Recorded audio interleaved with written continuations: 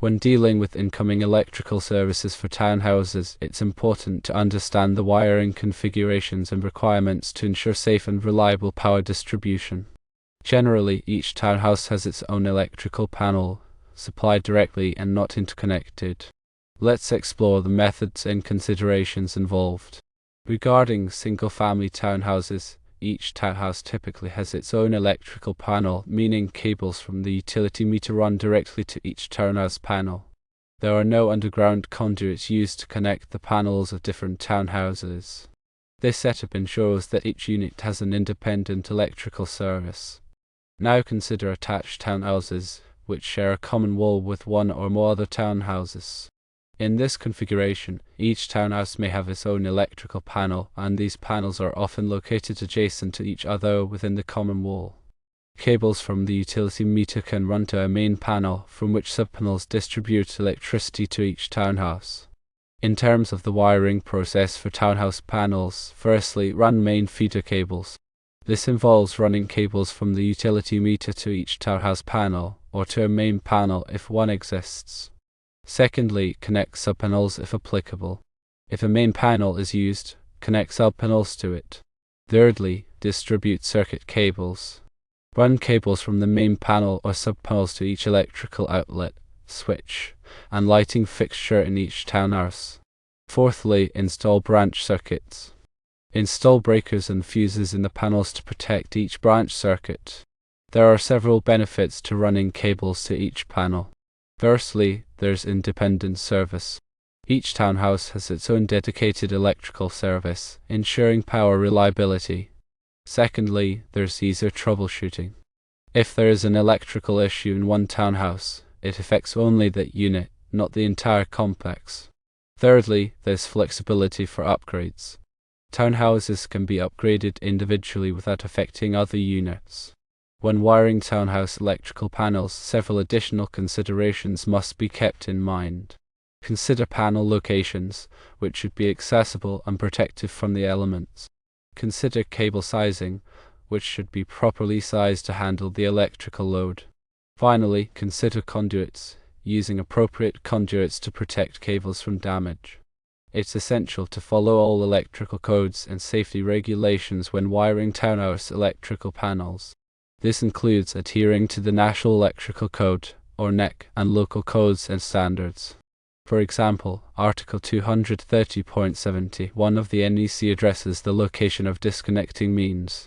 It specifies that the service disconnecting means shall be installed at a readily accessible location either outside of a building or inside nearest the point of entrance of the service conductors.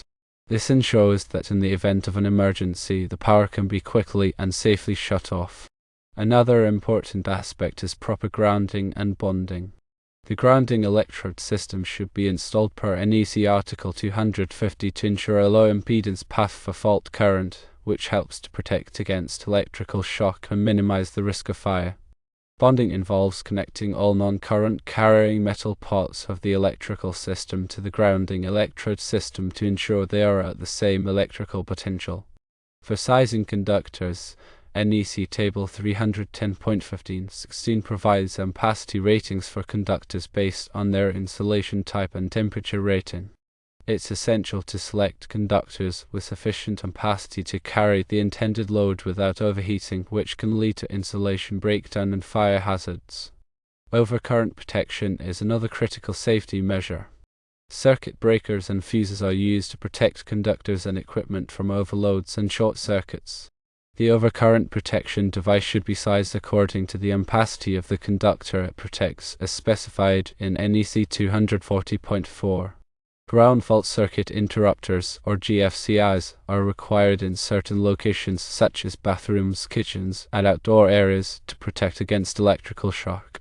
GFCIs monitor the current balance between the hot and neutral conductors and will trip if a ground fault is detected, quickly cutting off power to prevent injury. Arc fault circuit interrupters, RFCIs, are used to protect against arc faults, which can cause fires.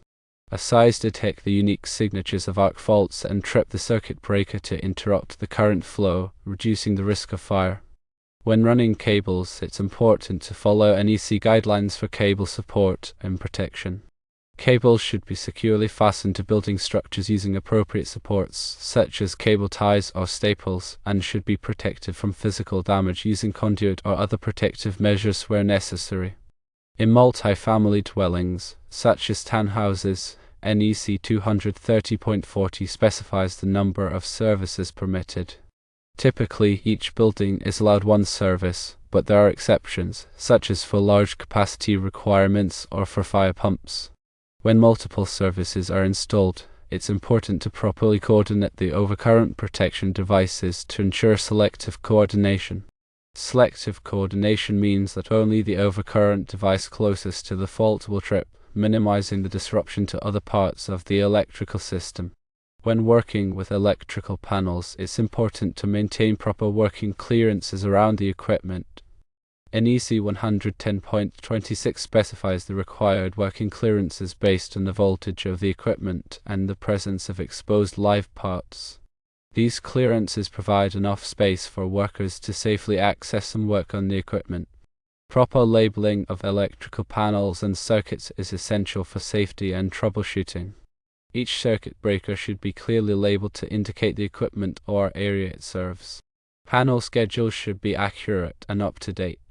Surge protection is another important consideration, especially in areas prone to lightning strikes or power surges. Surge protective devices, or SPDs, can be installed at the service entrance or at individual equipment to protect against transient voltage surges. When installing electrical equipment, it's important to follow the manufacturer's instructions and to use listed or labeled equipment that has been tested and certified by a recognized testing laboratory. Using approved equipment helps to ensure that it meets safety standards and performs as intended. Regular inspection and maintenance of electrical systems are essential for identifying and correcting potential problems before they lead to failures or hazards. Electrical panels should be inspected for signs of corrosion, loose connections, or damaged components. Circuit breakers should be tested periodically to ensure they are operating properly. In addition to the NEC, local electrical codes and regulations may also apply. It's important to check with the local authority having jurisdiction or urge to determine any specific requirements for electrical installations in townhouses. When making electrical connections, it's important to use proper wiring methods and to ensure that connections are tight and secure. Loose connections can cause overheating and arcing, which can lead to fires. When terminating conductors at circuit breakers or other equipment, it's important to use the correct torque specifications. Over-torquing can damage the equipment, while under-torquing can result in loose connections. When working with aluminum conductors, it's important to use connectors and terminals that are specifically designed for use with aluminum. Aluminum conductors can corrode if they are not properly protected, which can lead to increased resistance and overheating. When installing wiring in concealed spaces, such as walls or ceilings, it's important to protect the wiring from physical damage. This can be done by using conduit or by running the wiring through protected pathways. When installing electrical equipment outdoors, it's important to use equipment that is rated for outdoor use. Outdoor equipment is designed to withstand the effects of weather, such as rain, snow, and sunlight. When working with electricity, it's always important to follow safe work practices. This includes wearing appropriate personal protective equipment, such as safety glasses and gloves, and energizing circuits before working on them. Lockout/tagout procedures should be followed to ensure that circuits are not accidentally energized while work is being performed. Electrical safety training is essential for all workers who work with electricity. Training should cover topics such as electrical hazards, safe work practices, and the proper use of personal protective equipment. In summary, wiring townhouse electrical panels involves careful planning, proper installation techniques, and adherence to electrical codes and safety regulations. By following these guidelines, you can ensure a safe and reliable electrical system for townhouses. The NEC is a comprehensive set of standards that provides guidance on all aspects of electrical installations. It's essential to have a thorough understanding of the NEC to ensure that electrical work is performed safely and correctly. In addition to the topics covered above, There are many other considerations that may be relevant to townhouse electrical installations depending on the specific circumstances. It's always best to consult with a qualified electrical contractor or engineer to ensure that all applicable requirements are met. Proper planning and execution are crucial for ensuring the safety and reliability of electrical systems in townhouses. Staying informed about the latest codes and standards is also essential for keeping up with the evolving technology and best practices in the electrical industry. By paying attention to detail and following established guidelines, you can help to create a safe and efficient electrical environment for townhouse residents. Furthermore, consider the specific needs of the occupants when designing the electrical system. This includes factors such as the number of occupants, the types of appliances and equipment they use, and their lifestyle. Providing adequate electrical capacity and convenience outlets can help to improve their quality of life. Energy efficiency is another important consideration. Using energy-efficient lighting appliances and equipment can help to reduce energy consumption and lower utility bills. Installing smart home technology, such as programmable thermostats and lighting controls, can also help to improve energy efficiency. Sustainability is becoming increasingly important in the construction industry. Using sustainable materials and practices can help to reduce the environmental impact of electrical installations. This includes using recycled materials, reducing waste, and minimizing energy consumption. The electrical system should be designed to be flexible and adaptable to future needs. This includes providing spare capacity for future expansion and using modular components that can be easily upgraded or replaced. The electrical system should be designed to be easy to maintain and troubleshoot. This includes providing clear labeling and documentation, using readily available parts, and designing the system for easy access. The electrical system should be designed to be aesthetically pleasing. This includes concealing wiring and equipment where possible and using attractive fixtures and finishes. The electrical system should be designed to be cost-effective. This includes balancing the initial cost of the system with the long-term operating and maintenance costs.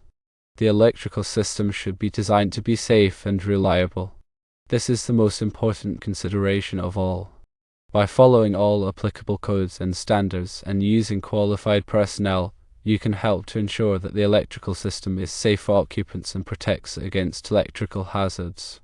Careful planning and attention to detail are essential for creating a successful electrical installation in a townhouse. By considering all of the relevant factors and following established guidelines, you can help to ensure that the electrical system is safe, reliable, efficient, and meets the needs of the occupants. In addition to the technical aspects of electrical installations, it's also important to consider the human factors. This includes communication, coordination, and collaboration among all parties involved in the project. Effective communication is essential for ensuring that everyone is on the same page and that any issues are resolved quickly and efficiently. Coordination is essential for ensuring that the electrical work is properly integrated with other aspects of the construction project. Collaboration is essential for fostering a team environment and for encouraging innovation and problem solving. By working together effectively, you can help to create a successful electrical installation that meets the needs of all stakeholders. Electrical work should only be performed by qualified and licensed professionals. This helps to ensure that the work is done safely and correctly and that it meets all applicable codes and standards. Permits and inspections are required for most electrical work. These help to ensure that the work is done in accordance with the codes and standards and that it is safe for occupants. It's important to keep accurate records of all electrical work that is performed. This includes documentation of the design, installation, testing, and maintenance of the electrical system. These records can be useful for troubleshooting problems and for planning future upgrades or repairs. Staying up to date on the latest codes, standards, and technologies is essential for electrical professionals. This can be done through continuing education courses, industry publications, and professional organizations. The electrical industry is constantly evolving, so it's important to stay informed about the latest developments. In conclusion, wiring townhouse electrical panels is a complex and multifaceted task that requires careful planning, attention to detail, and adherence to established guidelines. By considering all of the relevant factors and following safe work practices, you can help to ensure that the electrical system is safe, reliable, efficient, and meets the needs of the occupants.